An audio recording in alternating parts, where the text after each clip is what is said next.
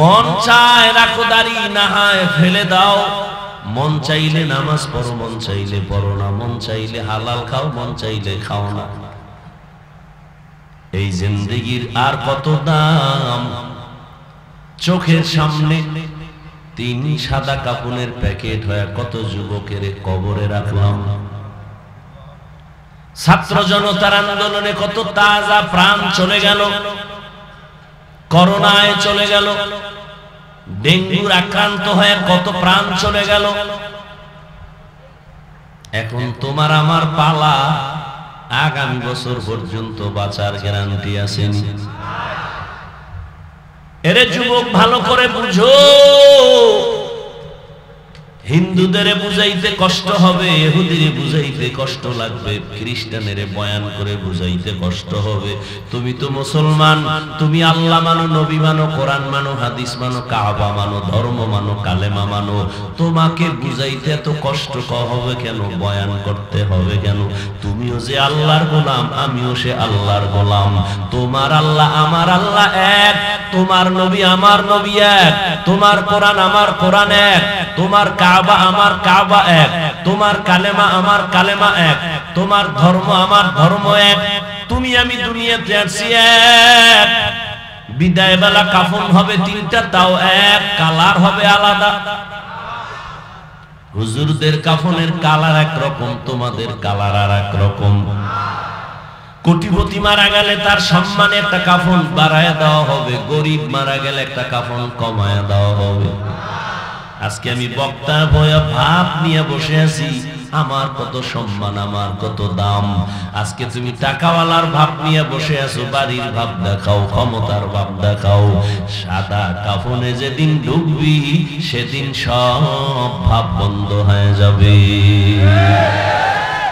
दुनिया में हो दुनिया का तलबगार न हो, बाजार से गुजारो खरीदार न हो। ये दुनिया एक मिसल कागज फूल है, ये दुनिया एक मिसल कागज फूल है। जिंदगी में बंदगी तू करना है, जिंदगी बे बंदगी शर्मिंदा है, जिंदगी बे बंदगी शर्मिंदा है। ओ যুবক আল্লাহর গোলাম, তুমি কি জানো না ১৫০০ বছর আগে রহমতের নবী আমার গর্ব করে বলেছেন, ও যুবক, বুড়ারা আমি মুহাম্মদের বিরোধিতা করেছে, যুবকেরা উপকার করেছে। নবীজির উপকার কারা করছে? আর বুড়ারা সব কথা কয় না। এই বুড়ারা আর পেছ লাগাই কিলাকিলি বাজায় না। আবু জাহাল নবীর দুশমন বুড়া, আবু লাহাব নবীর বিরুদ্ধে বুড়া, যুবক রসুলের পক্ষে দাঁড়ায় গেল ২৭ বছরের বয়সের ওমর। ১১ বছর বয়সে রসুলের পার্শ্বে দাঁড়ালেন রসুলের চাচাতো ভাই হযরত আলী, কালেমা পড়ে ফেললেন। এতদিন ছিল চাচাতো ভাই, এখন হলো রসুলের সাহাবী, কিছুদিন পরে হবেন জামাতা। কে সে আলী? জ্ঞানের ভান্ডার আল্লাহ দান করেছেন, যে নবী আলীর জন্য কলিজা ভরে দোয়া করেছেন, আনা দারুল হিকমাহ ওয়া আলীউন বাবুহা, আমি মুহাম্মদ হলাম ইলম হিকমতের ঘর, আর এই ইলম ও হিকমতের ঘরের দরওয়াজা হলো আমার আলী। তুমি যুবকের দ্বারা কি উপকার হচ্ছে রাসূলের করার সুযোগ আছে না নাই? কিন্তু তুমি সুযোগ আছে, করো কি? নিজেও নামাজ পড়ো না, অন্য নামাজ পড়ে পছন্দ করো না। নিজেও টুপি পরো না, অন্য টুপি পরে পছন্দ করো না। নিজেও হালাল খাও না, অন্য হালাল খায় পছন্দ করো না। যদি এমনটাও হইতা একজনে দাড়ি রেখেছে তুমি রাখো নাই, তুমি যদি যুবকের পাইয়া ধন্যবাদ দিয়া বলতা ভাইজান তুমি দাড়ি রাখছো, ধন্যবাদ, দরকার আমি পারি না, চেষ্টা করতেছি, দোয়া করিও, বুঝা যাইতো তুমি রহমতের নবীর উপকারের পথে চলতেছো। কিন্তু যদি এমন হয় তোমার হালাত নিজে দাড়ি না রাখে একজন যুবক তোমার বন্ধু দাড়ি রাখছে, তুমি দেখা বললা বিয়ে করছো, কয় করি নাই, সর্বনাশ, এত তাড়াতাড়ি তোরে বুজুর্গ কে হইতে বলেছে? এত তাড়াতাড়ি বুজুর্গ হয়ে গেলি কেন? তুই কি মরবি তাড়াতাড়ি, বাঁচবি না? কাহা তা মনের মতারও ঘুরাল, আরেকটু আনন্দ করে নে, সময় পাবি না, দাড়ি রাখলে করা যাবে না। এরে যুবক আল্লাহর গোলাম, আল্লাহ মেধা দিয়েছেন, একটু খাটাইয়া হিসাব করো, আমার কথাগুলো একটু চিন্তা করো বাবা। কুত্তা শুয়ারের আল্লাহ চিন্তা করার মতো মেধা দেন নাই, দিছেন একমাত্র মানুষের। একটু চিন্তা করো রে বাবা, জীবনে মাদ্রাসার বারান্দায় যায় নাই, জীবনে কোনোদিন আলিফ বাতাও পড়ে নাই, এমন যুবক জেনারেল লাইনে চাকরি করে, ব্যবসা করে, স্কুলে পড়ে, 5 ওয়াক্ত নামাজি, দাড়িওয়ালা আছে না নাই? সত্য কথা সাক্ষী দাও। ঢাকা বিশ্ববিদ্যালয়ে যাও,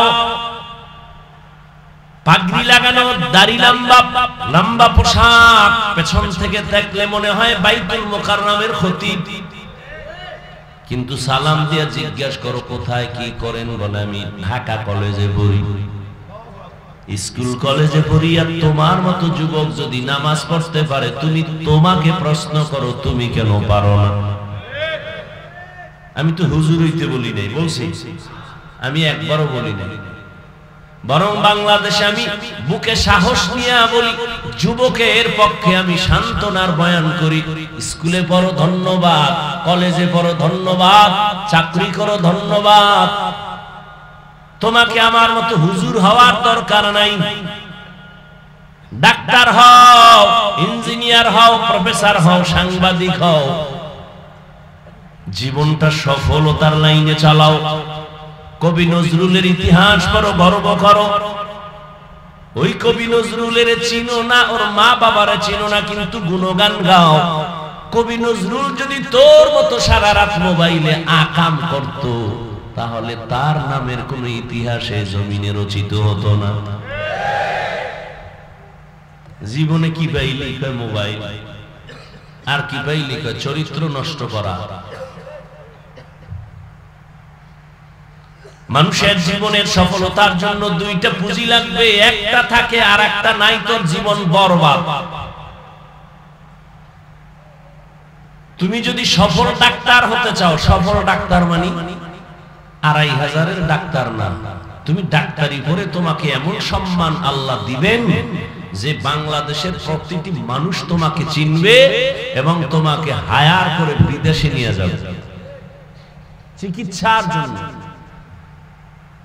সেই সম্মানের জায়গায় তুমি যদি থাকতে চাও, আমি হাফিজুর রহমান হই আর তুমি হও, আমি মাওলানা লাইনে হই আর তুমি জেনারেল লাইনে হও, পুঁজি লাগবে দুইটা। কয়টা? আল্লাহর রহমত তো আছেই, মা বাবার দোয়া তো লাগবেই, এছাড়া তোমার ব্যক্তিগত পুঁজি লাগবে দুইটা। এক, লিখে রাখো, মোবাইলে না, অন্তরে না, লিখে রাখো। এক, সুস্থতা। দুই, সুন্দর চরিত্র। তোমার চরিত্র ভালো কিন্তু তুমি অসুস্থ, যেখানে চাকরি নিবা 1 মাস পরে আউট, বলবো অসুস্থ রোগীর আমরা চাকরিতে রাখবো না, ঠিক নেই? এবার তোমার শরীরে কোনো রোগ নাই, তুমি পারফেক্ট সুস্থ, এরপরও যদি চরিত্র তোমার দুর্বল হয়, সেখানেও তোমার সম্মানের চেয়ার কেউ দিবে না। চরিত্রহীনকে কেউ সম্মানের চেয়ার দেয়? চরিত্র ভালো কিন্তু অসুস্থ রোগী সম্মানের চেয়ারে বসায় রাখবে কেউ?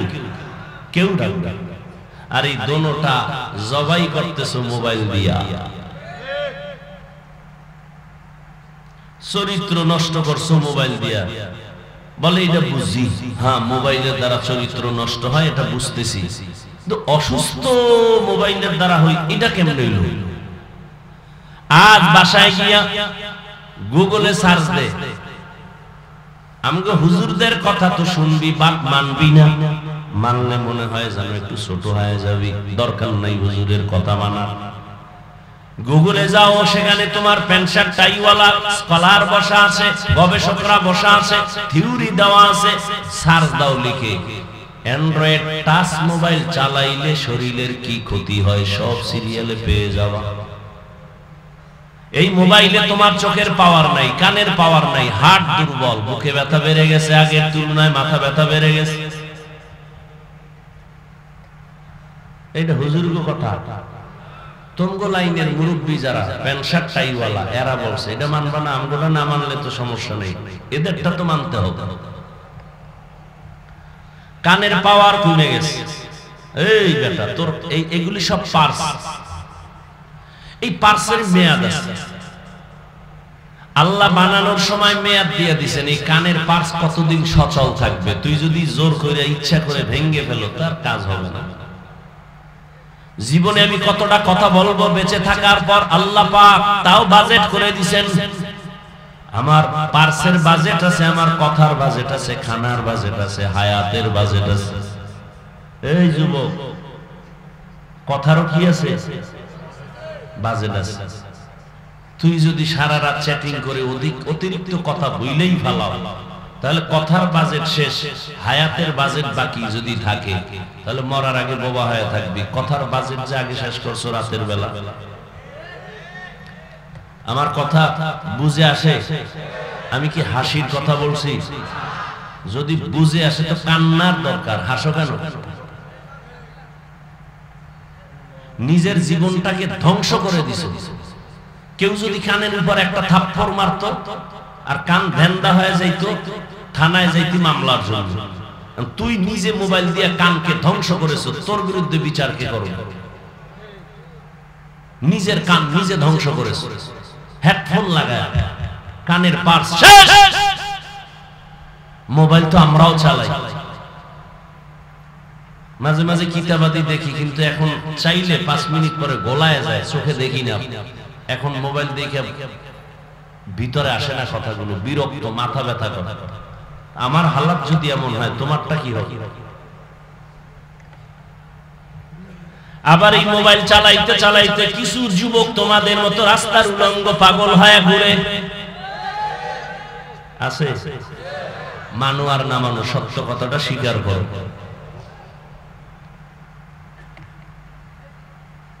তোমার মতো যুবক এই মোবাইলের কারণে চরিত্র নষ্ট হয়ে গেল, শরীর নষ্ট হয়ে গেল। অনেক বাচ্চা পর্যন্ত আমার জানা মতে বোবা হয়ে গেছে, কথা বলে না, আব্বু ডাকে না, আম্মু ডাকে না। বিষয় কি? মোবাইল। তেল ভরা পানি ভরা দিবেন নি হুজুর, আমি বললাম জুতো ভরা দিলেও কাজ হবে না। মোবাইল দেখতে দেখতে আর এখন আব্বু আম্মু বলতে পারে না, উনি কার্টুন দেখতে দেখতে সব ওই লাইন হয়ে বোবা হয়ে গেছে। কি আর বলবো? এগুলো কি আমি বানায় বলতেছি? আল্লাহ হেদায়েত দান করুন।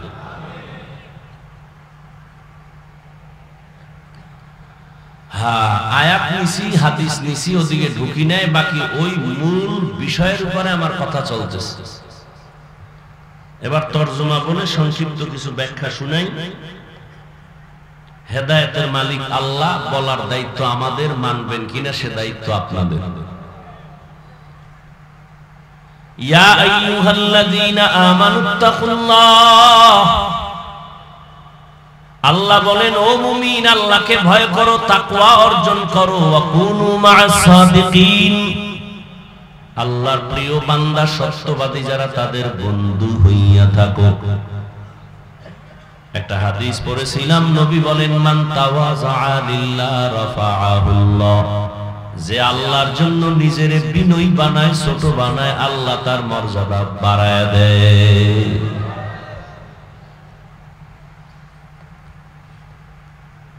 এক নম্বরে আল্লাহর ভয় অন্তরে জমা করো।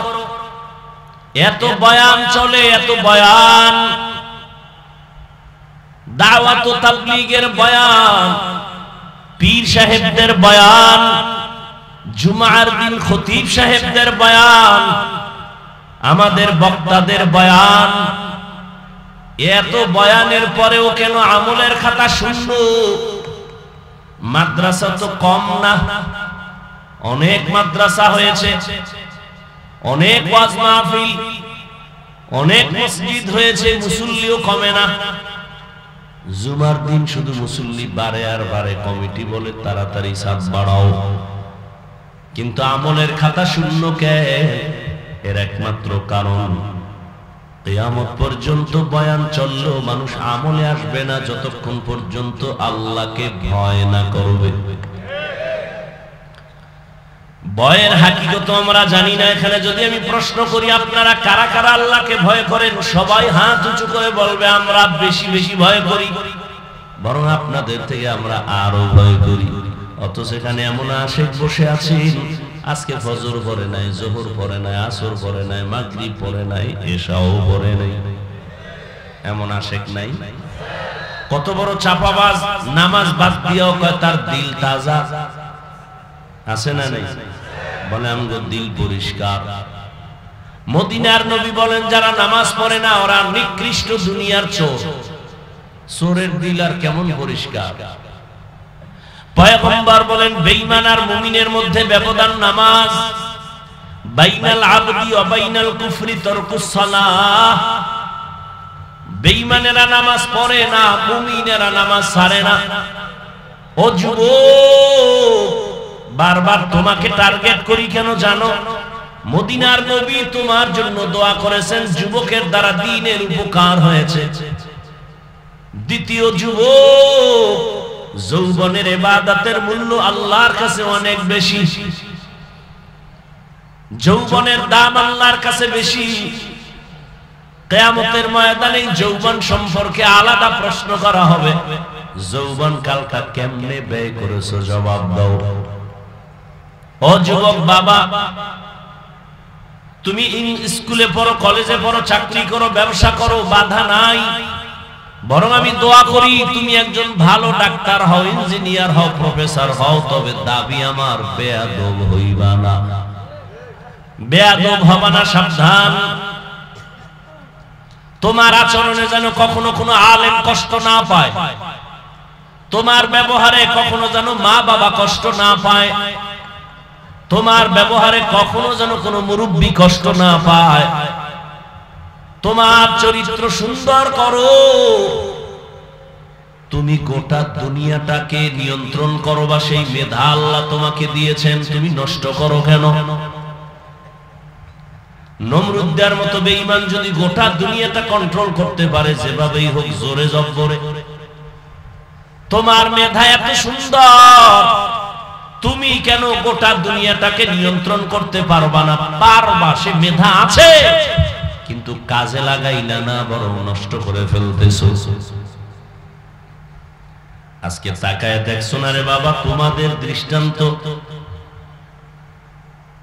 এই যুবকদের শক্তি আর মেধার বিকাশ যারা দেখে নাই, তারা সূর্যের আলোর মতো দেখে নিল এই আন্দোলনের মাধ্যমে যুবকেরা কি পারে। ঠিক না? তবে এখানেও কথা ভুলিস না, যুবকেরা কি পারে দেখায় দিল বাংলাদেশের জমিনে। এই সমন্বয়করা মেধা খাটাইয়া সফলতার মানদণ্ডে নিয়ে আসছে গোটা দেশ। তবে এখানে গোপন কথাটা বলে যায় না, প্রকাশ করে দিয়ে যাই, এবং এটাকে পুঁজি বানায় ধরে রাখিও। এই সমন্বয়ক যুবকেরা মন গড়া কোনো থিওরি নিয়ে আগায় নাই, এদের উপরে মুরব্বী ছিল, মুরব্বীর পরামর্শে চলেছে। যারা মুরব্বী মানে না ওদের জীবনটা ধ্বংস। এই সমন্বয়ক যুবকেরা কি মুরব্বী মানে নাই? মুরব্বী কারে মানছে ওইটা আমি জানি, তোমাকে শোনার দরকার নাই। তোমাকে দরকার এতটুকু শিক্ষা যে মুরব্বী মানা ছাড়া সফলতা আসবে না। মক্কার ইতিহাস আমি সব জায়গায় বলি, সেদিনও বলে গেছি পারসে। নবী এমন একটা টাইমে দুনিয়াতে আসছেন যেই টাইমে মক্কার মানুষ চরিত্রহীন, লম্পট। দুনিয়ার আর কোথাও এত চরিত্রহীন লম্পট মানুষ ছিল না, মক্কার মানুষ এত খারাপ। অথচ সেই মক্কা নগরী কত দামি। আল্লাহ জমিনটা বানাই একটা ঘর, ওই জমিনে বানাইলেন বাইতুল্লাহ। ইন্না আউওয়ালা বাইতিন উযিআ লিন-নাস লাল্লাযী বিবাক্কাতা মুবারাকাও ওয়া হুদা, মুবারাকাও ওয়া হুদাল লিল আলামিন।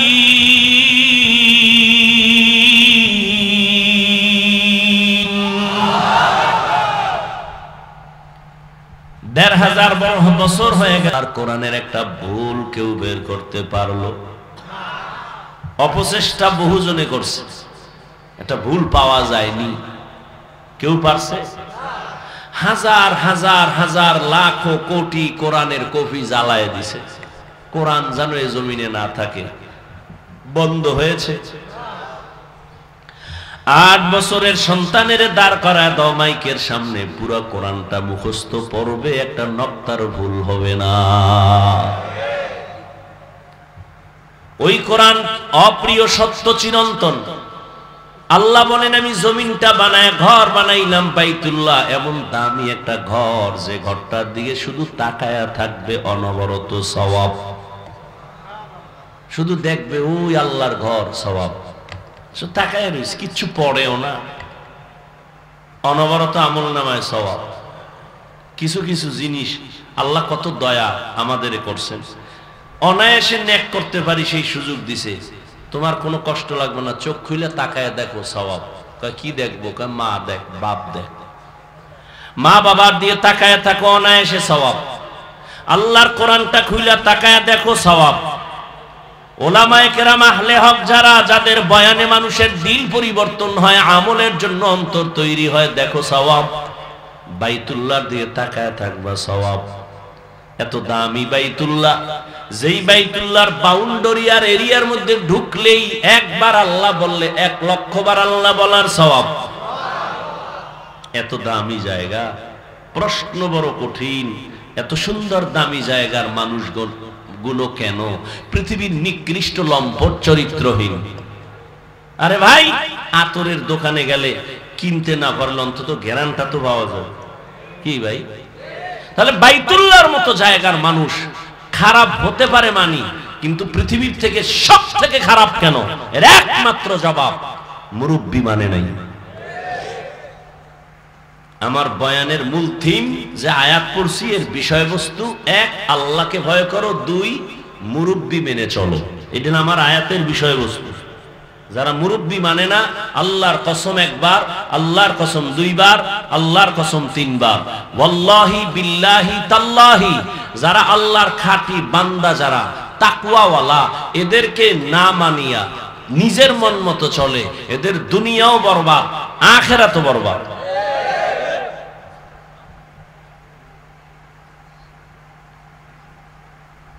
ভাইরা আমার,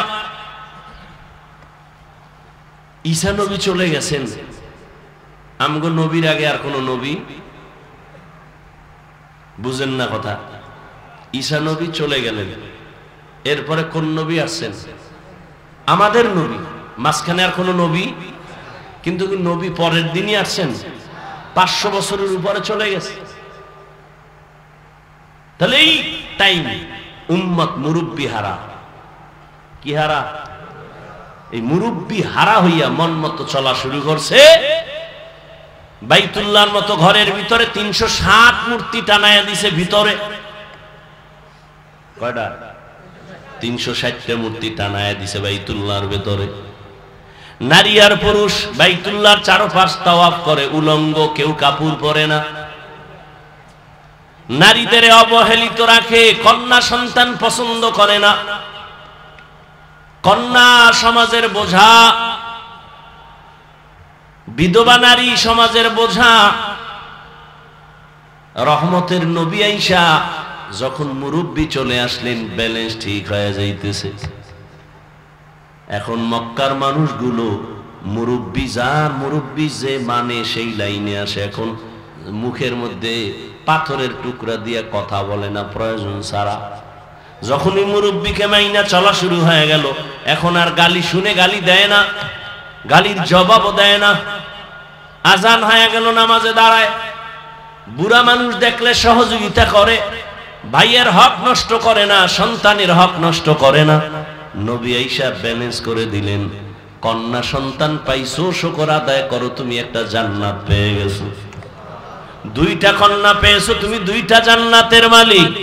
তুমি তিনটা কন্যা পেয়েছো, তুমি তিনটা জান্নাতের মালিক। ও জগতের মানুষ, তোমরা কন্যা অপছন্দ করো, আর আমি বিশ্ব নবীর একটা ছেলেও নাই, আমি নবীও 4 কন্যার বাবা। আমি নবীও 4 কন্যার বাবা। রহমতের নবী মুরব্বী হয়ে আসলেন। আসার পরে গোটা জগৎবাসীর জন্য একটা প্রেসক্রিপশন বানায় দিলেন 23 বছর লাগায়া। এই প্রেসক্রিপশনটা কিয়ামত পর্যন্ত যারা ফলো করবে তারাই সফল। ঠিক 1500 বছর হয়ে গেল নবী নাই, কিন্তু 2500-এর মাঠের ভেতরে নবীর আদর্শ আছে। আছে না নাই? যে কারণে দুনিয়ার কোন কোটিপতি এতগুলো মানুষ এই গরমে এখানে টাকার লোভ দেখায়ও বসায় রাখতে পারত না। কত কিলিয়ার চেয়ারের বাইরে বাইরে, আবার এই বিছনা দিত, কত ভিআইপি বসার জায়গা, আসা যাওয়ার গাড়ি ফিরি, কিন্তু এখানে এরপরও নিয়ন্ত্রণের জন্য আবার প্রশাসন লাগতো। ঠিক নেই? কিন্তু 1500 বছর পরে তাকায় দেখো, এটা কোন পাওয়ার, যেই পাওয়ারে মানুষগুলো 3rd ক্লাসের বালুর মধ্যে বসে আছে। ক্ষুধার তৃষ্ণা আছে ঠিক, কিন্তু খানার কোনো পেরেশানি নাই, টাকার লোভ নাই, গাড়ি বাড়ির ভাড়াও দেওয়া হয় নাই, চুপচাপ বসে আছে, কোনো ক্লাস নাই, কে বড় কে ছোট, কে শিক্ষিত কে অশিক্ষিত, সব একাকার। এটা কেমনে সম্ভব? একমাত্র জবাব রাহমাতুল লিল আলামিনের আদর্শ মানার কারণেই সম্ভব। আপনাদের কষ্ট হইতেছে? আমি মোটামুটি গুছাই নিয়ে আসছি। যেই গরম, আর কি করবেন, গিয়ে ঘুমাবেন, শুধু শুধু মোবাইলে সময় নষ্ট করবেন। আর এখানে যতক্ষণ বসে আছেন অনবরত সওয়াব লেখা হচ্ছে। মা বাবার জন্য একটু দোয়া করেন, দেশের জন্য দোয়া করেন। এই বরকতি মজলিসে বসে একা একা তো করবেনই না। রহমতের নবী আসলেন, উম্মতেরা মুরব্বী পেয়ে গেল। মুরব্বীর কথা মেনে যখন চলে, তখন আল্লাহ তাদের উপরে এমন নিয়ামত দান করেছেন। জিব্রাইল আমিনের লিস্টি দিয়া কয়, যাও লিস্টির মধ্যে আমি নাম লিখে দিলাম, নবীরে ঘোষণা দিতে বলো, এই লিস্টিতে যাদের নাম আছে তারা বিনা হিসাবে জান্নাতি। বেহেশত আযা কে আজারে নবাশত, কাসে রাবা কাসে কারে নবাশত। ও পর্দার আড়ালের আম্মা জানেরা, আসেনি? এরে আম্মা জান, এতক্ষণ আপনাদের সন্তানদের যে বয়ান শুনাইলাম, একটা ভালো ডাক্তার বানায় যান, সন্তানটাকে ইঞ্জিনিয়ার বানাবেন, সন্তানকে প্রফেসর বানাবেন, সন্তানটাকে একজন ডাক্তার বানাবেন। আদব বলা বানায় যাইন, বেয়াদব বানাবেন না। আপনার দুনিয়াও বরবাদ হয়ে যাবে, আখিরাতও বরবাদ হবে। তবে সন্তান ভালো হোক বা খারাপ হবে, মায়ের অবদানের কারণেই হবে। এ দুনিয়াতে আপনাদের জন্য মর্যাদা বেশি, রহমতের নবী আসিয়া নারীদের মর্যাদা বাড়ায় দিলেন। এত পরিমাণ বাড়াইছেন কিয়ামতের আগের দিন পর্যন্ত আর কোন পণ্ডিতের বাড়াবার কোনো সুযোগ নাই। কিন্তু এই দুনিয়ায় ধান্দাবাজেরা কয় ইসলাম নারীর সম্মান অধিকার দেয় না। আমি সারা দেশে চিৎকার দিয়া বলি, এরা লম্পট চরিত্রহীন, এরা নারীর দুশ্মন। পৃথিবীর কোন ধর্মে কোন সংবিধানে নারীর সম্মান বাড়াতে পারে নাই। হিন্দুদের কিতাব খুলো, নারীদের উপরে অবিচার। বৌদ্ধদের কিতাব খুলো, নারীদের উপরে অবিচার। খ্রিস্টানদের কিতাব খুলো, নারীদের উপরে অবিচার। ইহুদিদের কিতাব খুলো, নারীদের উপরে অবিচার। একমাত্র নারীর মর্যাদা অক্ষুণ্ণ রেখেছে যেই ধর্ম, তার নাম হলো ইসলাম। এই ইসলাম ধর্মে মায়ের মর্যাদা, নারীর মর্যাদা। এরে আম্মা জান, আপনারা নবীদের মায়ের মতো মা, আপনাদের এত মান, এত মর্যাদা। আমি ওই বিষয় বয়ান করলে আরো সময় চলে যাবে। মায়ের নামে আল্লাহ কোরআনে হাকিমের মধ্যে আলাদা সূরা নাজিল করেছেন নারীদের নামে। ঈসা নবীর মা মারিয়ামের নামে সূরা নাজিল করেছেন আল্লাহ। মায়ের এত মর্যাদা আল্লাহ দিয়েছেন। নবীর মাধ্যমে বিধবা নারীর সম্মান আমার নবী দৃষ্টান্ত কায়েম করেছেন। 25 বছর বয়স আমার নবীর। নবী হিসাবে তো আলাদা তার পাওয়ার, আল্লাহ তাকে আবার আলাদা স্পেশাল আরো মানুষের পাওয়ার দিয়েছেন এক্সট্রা। এত পাওয়ার নিয়ে যখন 25 বছরে পদার্পণ করলেন তখন পাওয়ার তো আরো ফুল। কিন্তু কঠিন আল্লাহর কুদরত, এই পাওয়ার আল্লাহ রহমতের নবীর 25 বছরে জীবন সঙ্গিনী যিনি চলে আসলেন, তিনি 2 স্বামী বিদায়ের পরে আসতেছে 40 বছরের বিধবা নারী খাদিজা রাদিয়াল্লাহু আনহা। চিন্তা করা দরকার যে নবীর বয়স 25, বিবাহ করেন নাই, নবী হিসাবে তার পাওয়ার। সেই সময় ভালো একটা কুমারী নারী বিবাহ করবেন, কথার কথা। কিন্তু আসলেন একটা বৃদ্ধা নারী, 40 বছর বয়স, আবার 2 স্বামী চলে গেছে। তৃতীয় স্বামী আমার রাসূল, 2 সন্তানের জননী খাদিজা রাদিয়াল্লাহু আনহা। দেখেন আল্লাহ কেমন ভালোবাসা সৃষ্টি করলেন। নবী আরো বিবাহ করেছেন, কিন্তু খাদিজার মায়া মৃত্যু পর্যন্ত রাসূল ভুলতে পারেননি। আম্মা জান আয়েশা বলেন, আমি 6 বছর বয়স যখন আমার হয়, ও মা বোনেরা মাইকের আওয়াজটা ভালো করে শুনেন রে আম্মা জান। আম্মা জান আয়েশার বয়স যখন 6 হয়, নবীর সাথে তখন বিবাহের বন্ধন হয়। আম্মা জান আয়েশা রাদিয়াল্লাহু আনহার বয়স যখন 9, তখন নবীজির ঘরে আসেন। এই হলো কুমারী নারী, একমাত্র নারী। 6 বছরে বিবাহ বন্ধন, 9 বছরে নবীজির ঘরে আসেন। আম্মা জানের 18 বছর যখন বয়স হলো তখন নবী দুনিয়া থেকে চলে গেলেন। জীবনে একটা কুমারী নারী পাইলেন, তাও রাসূলের শেষ জীবনে। এই বেঈমানের বাচ্চাগুলোকে কি পরিমাণ জুতার বাড়ি দেওয়া দরকার, এই নাস্তিকের বাচ্চারা যারা রাসূলের বিবাহ নিয়ে বাজে কথা বলে।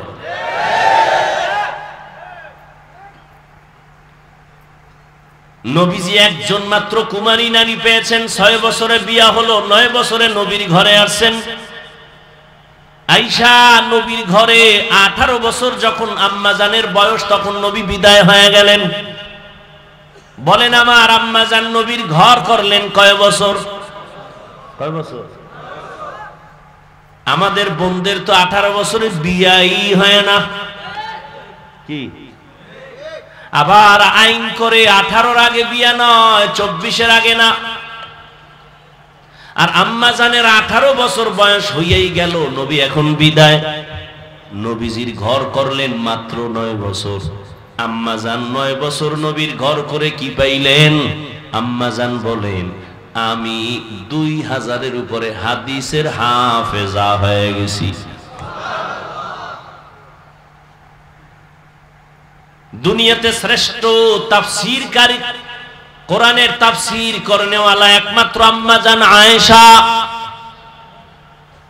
নারীদের এত মর্যাদা, কিয়ামতের দিন আল্লাহ যদি বলেন আমি ওই ব্যক্তিটাকে দেখতে চাই, পুরস্কার দিব কোটি মানুষের সামনে, ওই ব্যক্তিকে বলে যেই ব্যক্তি প্রথম আমার বন্ধু মুহাম্মদের হাতে কালেমা পড়ছে, প্রথম আমি আজকে কিয়ামতের মাঠে তাকে পুরস্কার দিব। পৃথিবীর কোটি কোটি পুরুষ একটাও দাঁড়াবার সাহস পাবে না, একজন নারী দাঁড়ায় বলবে মুহাম্মদের হাতের প্রথম কালেমাওয়ালা আমি এক নারী। নাম কি? খাদিজা রাদিয়াল্লাহু আনহা। আম্মা জান আয়েশা বলেন আমি মাঝে মাঝে তাকায় দেখতাম রহমতের নবী আমার হুজরায় বসে গুনগুন করে কাঁদেন। আমি প্রশ্ন করেছিলাম নবীজি কেন কাঁদেন? নবী আমার কোনো বেয়াদবি হয়েছে নাকি? বলে না, বেয়াদবি হয় নাই। কেন কাঁদেন? বলে ও আয়েশা তুমি বুঝবা না। বলে একটু বলেন। নবী বলেন আয়েশা আমার জীবনের একজন বিবি ছিল খাদিজা, তিনি আমার দুঃখের সময়ের বিবি, তুমি আমার সুখের সময়ের বিবি। ওই খাদিজার কথা যখন মনে পড়ে চোখের পানি ধরে রাখতে পারি না। ও আল্লাহর বান্দারা, নবীজি খাদিজাকে ভুলতে পারেন না, কারণ রহমতের নবী দুনিয়াতে এসে বাবা বলে ডাকতে পারেন নাই। 6 বছরে মা হারা অসহায় নবী আমার। নবী কোথাও থেকে দাওয়াত দিয়া ঘরে আসতেন, আসসালামু আলাইকুম ইয়া আহলাল বাইত বলতেন, গভীর রাতে দরজা খুলে যেত। নবী বলতেন আপনি কি ঘুমান না? আম্মা জান খাদিজা বলেন আমি ঘুমাই না, কারণ আমি জানি আপনার বাবা নাই, আপনার মা নাই। আমি তো 2 স্বামী ছেড়ে চলে আসছি, 2 সন্তানের জননী আমি। আজকে যদি আপনার মা বেঁচে থাকতেন, আপনার কষ্টের দাওয়াতের কথা স্মরণ করে মা ঘুমাইতে পারতেন না। আপনি বাহিরে দাওয়াত দিয়ে আসেন, চতুর্পার্শ্বে দুশ্মন, আমি ঘরের কিনারায় দাঁড়ায় থাকি, ডাক দেওয়া মাত্র যেন দরজা খুলতে পারি, রহমতের নবী যেন কোনো কষ্ট না পায়। নবীজি নবুয়ত লাভের আগে হেরা পাহাড় বেয়ে বেয়ে, পাথরের পথ, উঁচু পাহাড়, ওখানে গিয়ে ধ্যানে কাটাইতেন সপ্তাহে সপ্তাহ।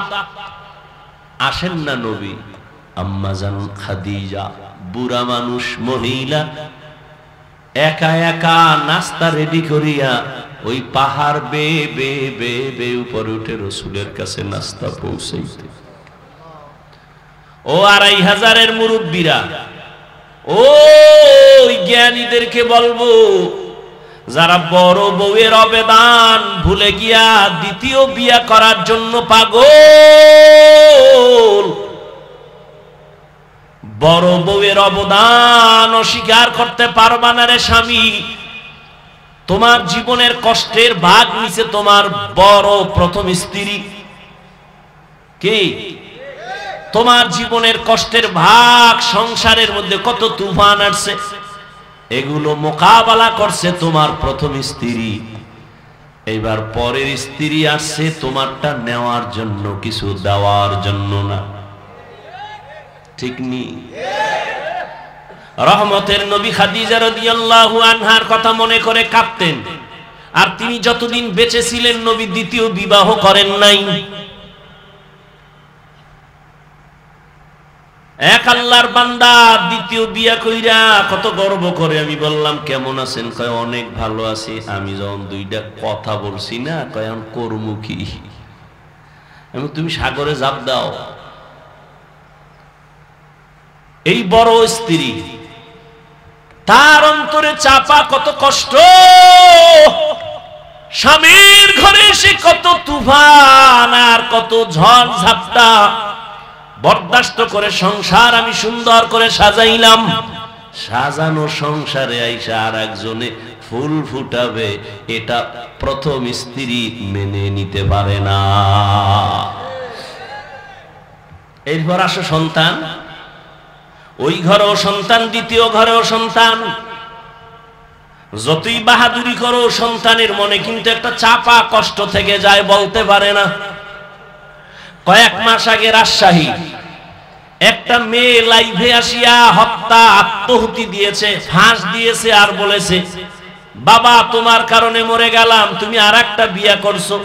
আমি স্বামীর ঘরে আসার পর আমার স্বামী বারবার আমাকে আক্রমণ করেছে কথা দিয়া, তোর বাবার চরিত্র খারাপ না হয় দ্বিতীয় বিয়ে কেন করলো, এই দুঃখে আমি ফাঁসি দিতেছি বাবা। লাইভে এসে মেয়েটা বলে মরে গেল। কোথায়? খবর নাই হুজুর, খবর নাই দ্বিতীয় বিবাহ করনেওয়ালাদের। পাগল হয়ে গেছে। তুমি বাবা মরে যাইবা, কিন্তু সন্তান আজীবনের জন্য বুক উঁচু করে কথা বলতে পারবে না। যেখানে যাবে একটা দুর্বলতা ভেতরে কাজ করবে। বাবা আমার তো এক মা না দুই মা, এইভাবে মনের ভেতর একটা চাপা কষ্ট থাকে। মানুষও বাজে কথা বলে। এরপরে আসেন ইনসাফ। কি ইনসাফ? একজনে 3 বিয়া করছে, কয় আপনি সবার ইনসাফ ঠিক রাখেননি। বলে হ্যাঁ কেমনে? কয় ছোট বউয়ের ঘরে রাত কাটাই আর 2 বউয়ের সাথে মোবাইলে কমপ্লিট করি, মোবাইলে কথা কই। ইনসাফ। অথচ আল্লাহ পাক বিবাহের আয়াতের ভেতরে বলছেন ফানকিহু মা তাবা লাকুম মিনান নিসা মাসনা ওয়া সুলাসা ওয়া রুবা ফাইন খিফতুম আন লা তা'দিলু ফাওয়াহিদা। এটা একটা রেড সিগন্যাল লাগায় দিছে। তোমার যদি প্রয়োজন হয়, তোমার যদি সামর্থ্য থাকে, 2, 3, 4 বিয়া করো। যদি ভয় তোমার অন্তরে থাকে, ইনসাফ বজায় রাখতে পারবা না, একটা নিয়ে জীবন কাটাও। এক স্ত্রীর হক আদায় করতে পারলা কিনা, সন্তানের হক আদায় করতে পারলা কিনা, আল্লাহ আমাদের বুঝার তৌফিক দান করেন। আম্মা জান আয়েশা বলেন, খাদিজার কথা মনে পড়ে রাসূল কান্না করেন। এত অবদান ওই খাদিজার। আরবের ধনাঢ্য নারী, আরবের মধ্যে খাদিজার মতো ধনী কেউ ছিল না। সব সম্পদ খাদিজা রাদিয়াল্লাহু আনহা রাসূলকে হাদিয়া দান করেছেন। আরো শুনেন, নবীজি যদি দোয়া করতেন উহুদ পাহাড় স্বর্ণ হয়ে যাও, হইতো না?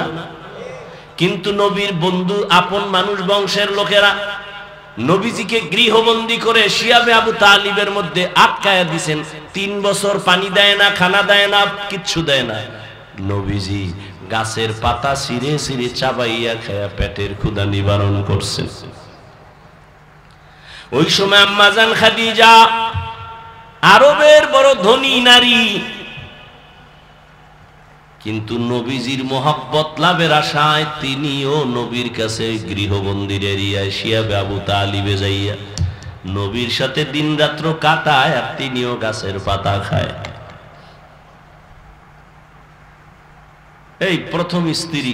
আল্লাহ যদি নিয়ে যায় সেটা ভিন্ন কথা, নিয়ে গেছে আপনি আর একটা করছেন।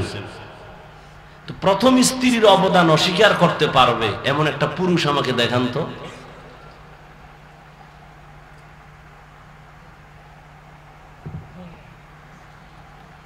আল্লাহ মাফ করুক, আমার জানা মতে নাই। কি সৌদি আরব আর কি বাংলাদেশ, শান্তিতে নাই কেউ।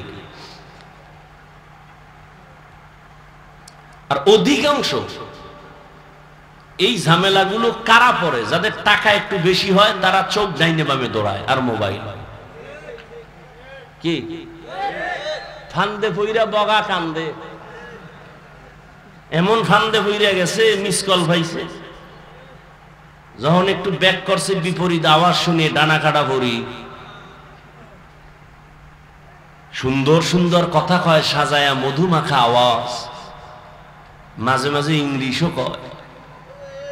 আর হ্যাঁ বড় বউ তো ইংরেজি বুঝেই না, এখন আধুনিক তো একটু ইংলিশ দরকার, বাস ফান্দে হইরা বিয়ে করে লইছে। আর কেউ আছে টাকার গরম, আরে আমার টাকা আছে আমি সাইড খাওয়াইতে, তুমি 10টা খাওয়ানো আর হক আদায় করা এক না। আর এই সন্তানগুলো কার মুখের দিকে তাকাবে, একবারও যদি বাবা চিন্তা করত ওই পথে যেত না।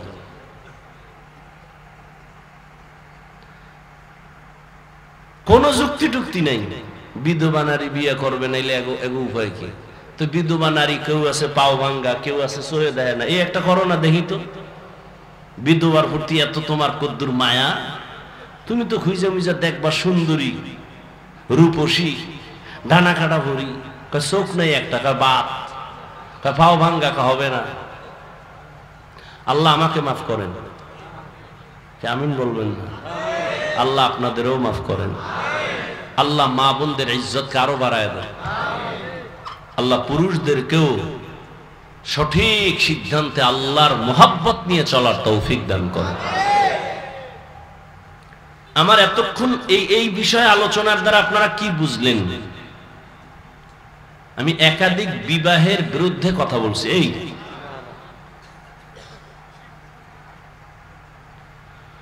ইনসাফ বজায় রাখতে পারলে আল্লাহ পাক অনুমতি দিবেন, করতেই হবে, বিষয়টা এমন না।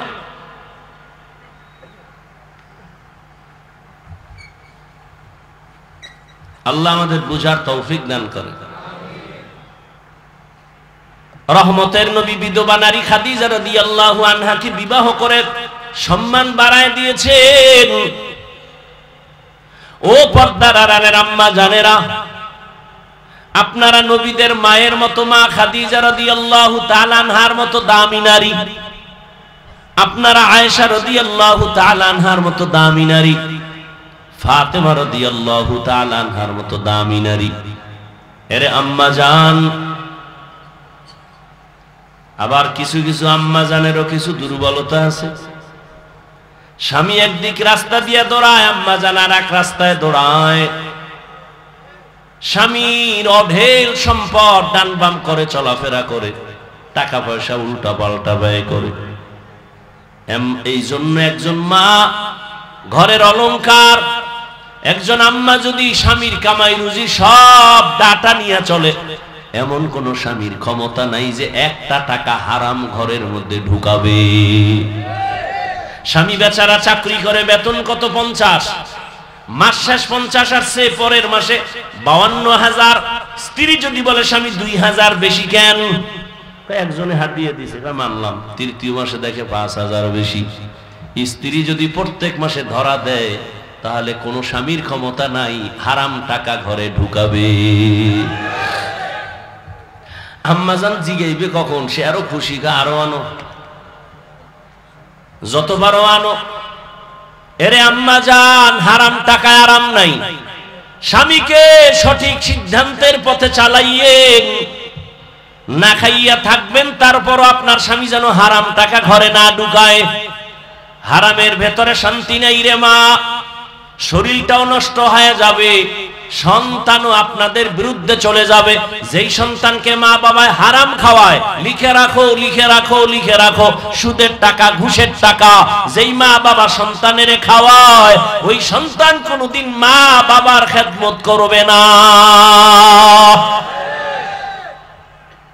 হালাল খাওয়াইও রে, কারণ বাবার তুলনায় সন্তান মাকে ফলো করে বেশি, মায়ের অনুসরণ করে বেশি, মায়ের খেয়াল রাখতে হবে বেশি, কারণ সন্তানকে মায়ের কারণে ভালো হয় খারাপ হয়। এরে আম্মা জান, একটা সন্তান ডাক্তার বানাবেন, সৎ চরিত্রওয়ালা, দুশ্চরিত্র সন্তান রেখে যাবেন না। ডাক্তার হইয়া কোরআন পড়বে, মা বাবার জন্য দোয়া করবে। ইঞ্জিনিয়ার বানাবেন, কোরআন পড়াইবেন, কোরআন পড়বে, ইঞ্জিনিয়ারিং এর কাজ করবে, মা বাবার জন্য দোয়া করবে। এমন একটা সন্তান রেখে যান রে মা, এখন থেকে তওবা করেন। এরে আম্মা জান, আপনাদের মতো কত মা এখনো আছে তাহাজ্জুদ পড়ে, 5 ওয়াক্ত নামাজ পড়ে, স্বামীর সেবা করে, নাই? আপনি কেন পারবেন না? ও বোনেরা, আপনাদের মতো কত বোন স্কুলে পড়ে, নামাজ পড়ে, কখনো মোবাইলে সময় নষ্ট করে না, গুনাহ করে না। আপনারা কেন পারবেন না?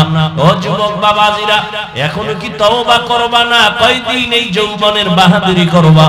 তওবা করে নাও। ও বৃদ্ধ বাবাজিরা, আপনার মতো কত বুড়া মানুষ মসজিদে গিয়া 5 বেলার নামাজ পড়ে, আপনি কেন পারবেন না? মনটারে বুঝাইয়া তওবা করে নেন। ও যুবক বাবা, তুমিও তওবা করো। মনে মনে আল্লাহকে বলো, আল্লাহ আমার মতো যুবক স্কুল কলেজে পড়িয়া যদি নামাজ পড়ে আমি কেন পারি না? আমার মতো যুবক যদি চাকরি করে, ব্যবসা করে, গাড়ি চালায়, নামাজ পড়ে, আমি কেন পারবো না? শয়তানের ধোঁকায় পড়ে গুনাহ করেছি, আল্লাহর কাছে তওবা করো। এই গুনার খবর যদি তোমার মা বাবা আপনজন কেউ জানতো, কেউ তোমাকে সম্মান আর মহব্বতের নজরে দেখতো না। আল্লাহ কিন্তু জানার পরও রাগ করে পানি বন্ধ করেন নাই, বাতাস বন্ধ করেন নাই, খানা বন্ধ করেন নাই। ওই আল্লাহর মতো মহব্বতের দয়ার আর কেউ নাই। অন্তর নরম করে তওবা করো, আল্লাহকে বলো, দয়ার মালিক, জীবনে শয়তানের ধোঁকায় পড়ে কত নামাজ ছাড়লাম, বেপরদায় চললাম, দাড়ি কাটলাম, নবীজির মহব্বত নিয়ে তৈরি হয়ে গেলাম, আজ থেকে আর কখনো নামাজ ছাড়বো না, মা বাবাকে কষ্ট দিব না, উলামায়ে কেরামের বিরুদ্ধে যাব না, নবীজির তরিকা মেনে চলবো, 5 ওয়াক্ত নামাজ পড়বো, দাড়ি কাটবো না। তওবা করার মতো যদি নিয়ত হয়, আর অন্তরে যদি দুর্বলতা না থাকে, মরণের কথা স্মরণ করে আল্লাহর মহব্বতের যদি নিয়ত থাকে, তওবার খাঁটি নিয়ত যাদের আছে, রিজিকের মালিক আল্লাহ, হায়াতের মালিক আল্লাহ, আল্লাহ পাক রিজিক দিবেন, হায়াত দিবেন, হায়াত শেষ না হতে মরণ হবে না। আল্লাহ পাক মরণ দেওয়ার মালিক, ইজ্জত দেওয়ার মালিক। ওই আল্লাহর মহব্বত নিয়া ও বান্দা, তুমি তওবার নিয়ত যদি করতে পারো, মরিয়া গেলে যাব, আর নামাজ ছাড়বো না, দাড়ি কাটবো না, বেপরদায় চলবো না, মা বাবার সাথে বেয়াদবি করবো না, উলামায়ে কেরামের পরামর্শ নিয়ে নবীজির তরিকা মেনে 5 বেলার নামাজ পড়বো। তওবার নিয়ত যদি হয়, দুটো হাত আমার আল্লাহকে দেখায় দাও। আয় আল্লাহ, হাতগুলো আমাদের কবুল করে নেন, তওবা কবুল করে নেন। আয় আল্লাহ, আমাদের তওবার উপরে মজবুত হয়ে চলার তৌফিক দান করেন, আমিন। আলহামদুলিল্লাহি রাব্বিল আলামিন, والصلاة والسلام على سيد الأنبياء والمرسلين وعلى آله وأصحابه أجمعين يا أرحم الراحمين يا أرحم الراحمين يا أرحم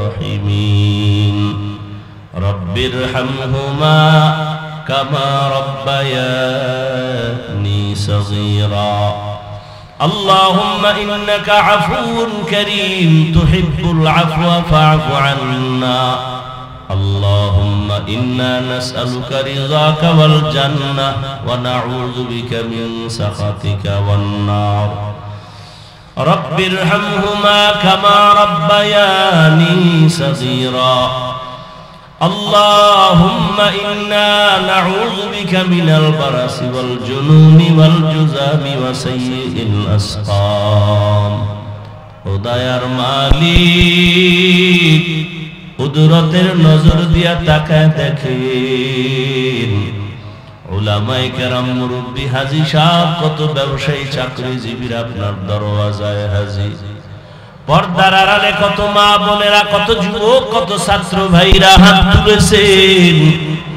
আমরা সবাই তওবার নিয়তে হাত তুলেছি গুনাহগার হইয়া শয়তানের ধোঁকায় গুনাহ করেছি আর গুনাহ করব না রে আল্লাহ আয় আল্লাহর নামাজ ছাড়ব না বেপরদায় চলব না দাড়ি কাটব না মা বাবার সাথে বেয়াদবি করব না উলামায়ে কেরামের দোয়া নিয়া পরামর্শ নিয়া নবীর তরিকায় চলব আমাদের তওবা কবুল করে নেন আয় আল্লাহ জীবনের গুনাহ maaf করে দেন সারা দুনিয়াবাসীকে maaf করে দেন আল্লাহ আয় আল্লাহ ইসলাম ও মুসলমানের হেফাজতের ব্যবস্থা করে দেন বাংলাদেশ শান্তির দেশ বানায় দেন আয় আল্লাহ যারা ব্যবসা করে চাকরি করে কামাই রুজিতে বরকত দান করেন, অভাব দূর করে দেন, ঋণ আদায়ের ব্যবস্থা করে দেন, পরস্পরে হিংসা দূর করে মহব্বত বাড়ায় দেন।